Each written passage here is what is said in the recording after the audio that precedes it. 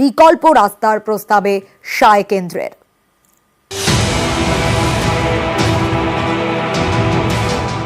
বর্ষা এলেই স্তব্ধ হয়ে যায় বাংলা সিকিমের লাইফ লাইন 10 নম্বর জাতীয় সড়ক। সিকিমের 27 মাইল মেল্লি কিংবা পশ্চিমবঙ্গের তিস্তা বাজার সেবক বিভিন্ন জায়গায় ধস নামে। এর জেরে গাড়ি চলাচল বন্ধ। প্রতি বছরে এই দুর্ভোগ।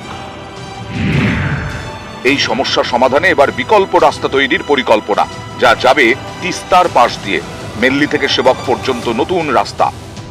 বিগত কিছু বছর ধরে যারা দেখছি আমি যে রাস্তা বানাচ্ছে আবার ভেঙে পড়ে যাচ্ছে, মানে একটা নতুন রাস্তার খুবই দরকার। এখান থেকে সেবক থেকে প্রায় যদি তিস্তা বাজার অবধি হয় রাস্তাটা খুবই ভালো হয়। সো কালিম্পংয়ে টুরিস্ট বাঁচাতে চলে রোডটা খুবই নেসেসিটি। অল্টারনেটিভ রুট হলে লাভা থেকে যাচ্ছে গাড়ি, লেকিন লাভা থেকে গেলে 5 ঘন্টা 6 ঘন্টা লেগে যাচ্ছে। অল্টারনেটিভ রুট কম্বু আছে, সে 5 ঘন্টা 6 ঘন্টা লেগে যাচ্ছে। দেন এটা সেবক থেকে অন্য একটা অল্টারনেটিভ রুট হলে খুবই ভালো। বিশেষজ্ঞরা মনে করছেন 10 নম্বর জাতীয় সড়কের বিকল্প রাস্তা তৈরি হলে প্রতি বছর বর্ষায় ধসের কারণে যে সমস্যায় পড়তে হয় সেটা মিটে যাবে। গত কয়েকদিনের বৃষ্টিতে কালিম্পংয়ের সেলফি দ্বারায় এই 10 নম্বর জাতীয় সড়কের বড় অংশ তিস্তায় তলিয়ে গেছে।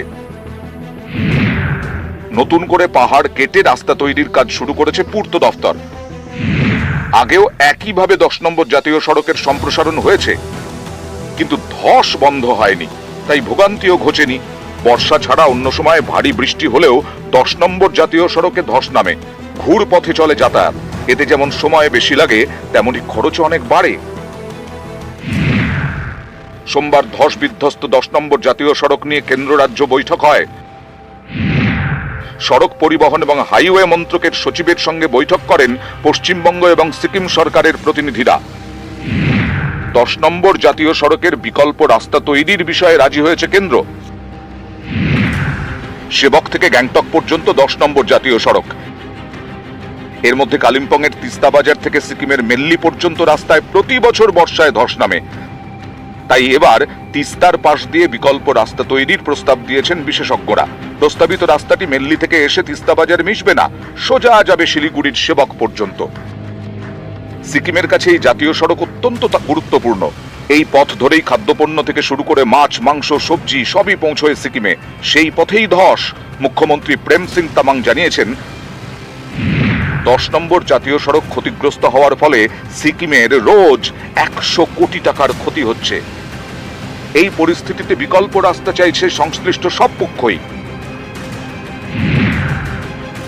সিকিমের মেল্লি থেকে বাংলার সেবক পর্যন্ত প্রায় 35 কিলোমিটার রাস্তা তৈরি হবে।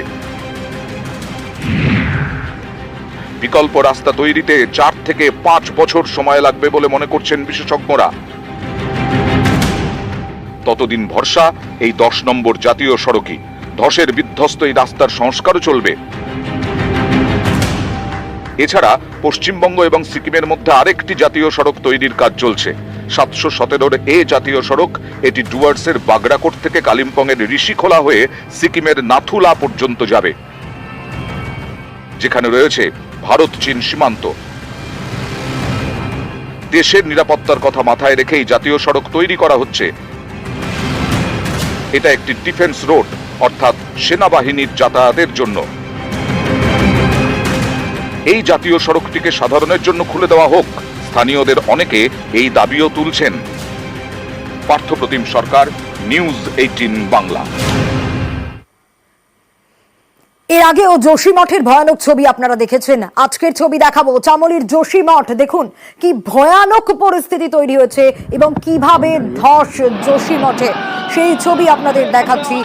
ধসের জেরে অবরুদ্ধ হয়ে গিয়েছে বদ্রীনাথ জাতীয় সড়ক, আর জাতীয় সড়ক থেকে প্রশাসনের তরফ থেকে ধস সরানো হয়।